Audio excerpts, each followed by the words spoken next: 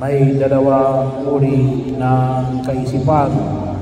Isa ay ang sinabi ni Jesus, ang hindi laban sa atin ay panig sa atin. Yung pangalawa ay yung kabaligtaran. Ang hindi panig sa atin ay laban sa atin. Ito po ay dalawa kung tawagin po natin.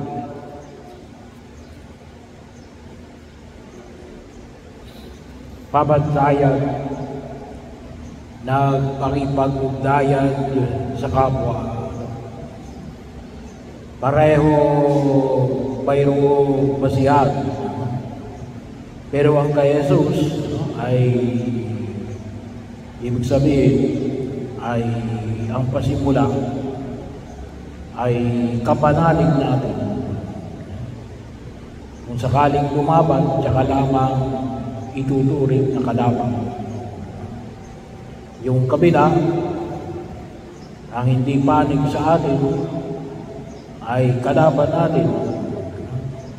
Ibig sabihin, dahil sa hindi ka sumama doon, itinuturing ka ng kalaban. Maaaring mayroong ibang kadahilanan na hindi naman tahasang ikaw ang inaayawan. Pero ang turing mo sa kanya ay isa ng kalaban. Sa pamantayan na pinahayag ni Jesus ay isang pamantayan na alin mas malawak. At kung tawagin natin ay mas makatakot. Kasi yun yung pagkilala na alin na lahat ng starting point ay kasama, kapanalig mo. Kaya mo lang naituturing na kalaban ay sapagkat may maliwanag na ginawa sa iyo na ikaw ay kinalaban. So kaya yung isang particular na ibinahagi rito ay alin? Yung isang taong nagpapagaling katulad ni Jesus, yung isang taong nagpapalaya sa masamang espiritu sa pangalan ni Jesus. Kaya yung unang reaksyon ng mga alagad ay yun ang reaksyon ng kabilang kaisipan. Ang hindi natin kasama ay kalaban natin. Para kay Jesus, hindi naman natin kalaban yan. Nagpapagaling din yan. Nagpapalaya siya ng masamang espiritu. Sa pangalan ko, hindi nga lang ako kinikilala niyan. Pero hindi yan kalaban. So ano yung hamon na nais nating pagpilinilayan? Ano sa daigdig na ito? May dalawang uri ng tao. Yung isa ay naghahanap ng kalaban. Yung isa ay naghahanap ng kakampi. Ang paanyaya na ipinapahayag ni Jesus si alin? Hanapin natin ay kakampi. Hindi kalaban. Sabagat yung kalaban, siguradong magpapakita yan.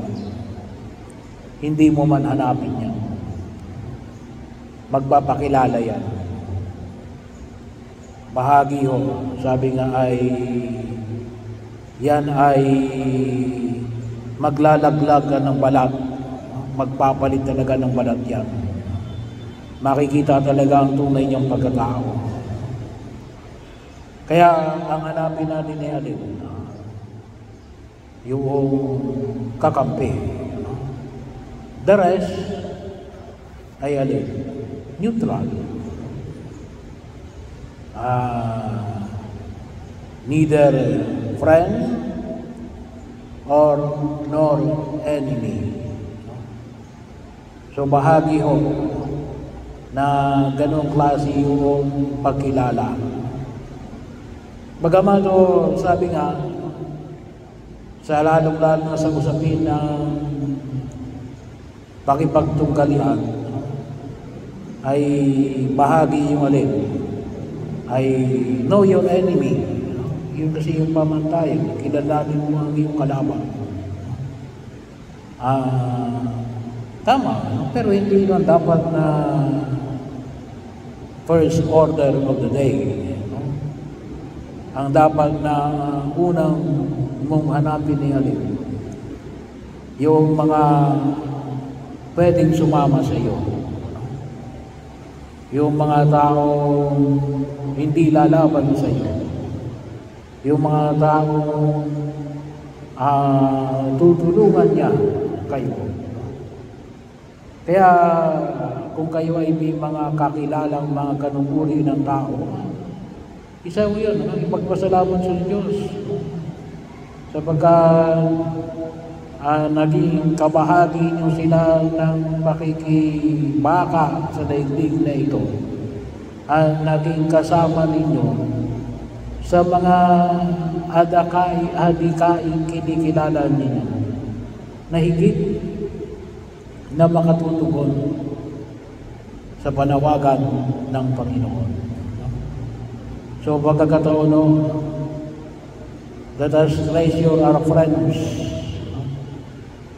kaysa sa bigyan natin masyado ng diin ang ating mga kalaban. Kapag masyado natin pinapansin yung ating mga kaaway, we give credit to them. Bakit? Baka mamaya hindi mo kalaban yun pero ang turing mo kalaban. Kaya alin? Nag-i-excel ka na mental, psychological, physical, and maybe financial resources. Dahil sa pagkaunawa mo na baka ito yung kalaban mo, ay hindi, itutok natin higit sa lahat yan doon sa mga taong naging kasama natin at tumugon sa panawagan na maglingkod at tumugon sa panawagan ng ating Diyos.